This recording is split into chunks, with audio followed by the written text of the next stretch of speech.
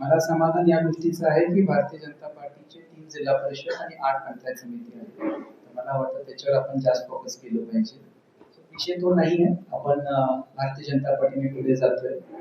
भारतीय जनता पार्टीने ही पक्षामध्ये प्रवेश अजून ऑफिशियली माझा न होता माझ्या पार्टीला एबी फॉर्म देणं, नगरपालिकेमध्ये पक्षांनी जे काय माझ्यासाठी ऍक्शन्स घेतले त्या सगळ्या गोष्टींना बघताना मला असं वाटतं की पार्टी पाहिजे या अँगलनी काही डिसिजन्स घेतले जातात आणि त्या तुलनेत तुम्ही जर बघितलं तर आता कडगाव कोंढेमध्ये आमची फ्रेंडली फाईटच आहे.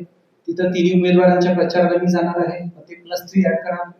उत्तूर जिल्हा परिषद मध्ये पण फ्रेंडली फाईट होणार आहे, त्याचे +3 ऍड करा. टोटल कागद विधानसभामध्ये आकडे बघितले त्याच्यावर तुम्ही +3 ऍड करा. असं करून मला तिथं तिन्ही ठिकाणी प्रचारला जावं आणि आमचं फ्रेंडली फाईट असल्यामुळं तीही होणार आहे.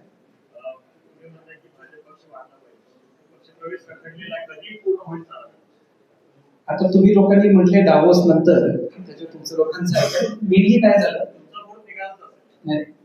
बेसिकली काय झालं की पाठोपाठ इलेक्शन लागल्यामुळे सगळेच नेते बिझी आहेत आणि माननीय देवेंद्र फडणवीस साहेब, चंद्रकांत दादा यांच्याशी माझं बोलणं झालेलं आहे.